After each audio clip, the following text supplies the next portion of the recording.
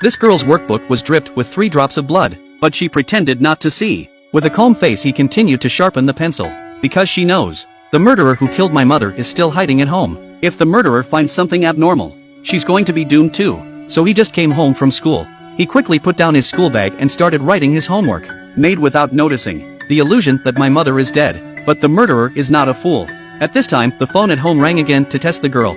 Watching the girl keep calling her mother to answer the phone, the murderer thinks the girl is young and ignorant. She turned around and left her house with confidence. Until the murderer left, the girl finally couldn't help crying, and it was a haunting nightmare for the girl. In order to find out the true culprit who killed my mother, the girl grew up to become a police officer. But what she didn't expect was, it was as if the demon had evaporated.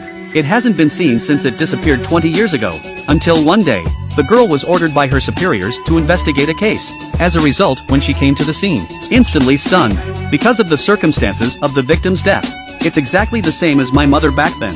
This made her realize, the murderer in this case, it is very likely that he is the enemy he has been looking for 20 years. Soon a suspect was taken to the interrogation room by the police. Unexpectedly, when the girl walked into the interrogation room to check on the murderer, the mood suddenly plummeted. Because the other party is only in his 20s.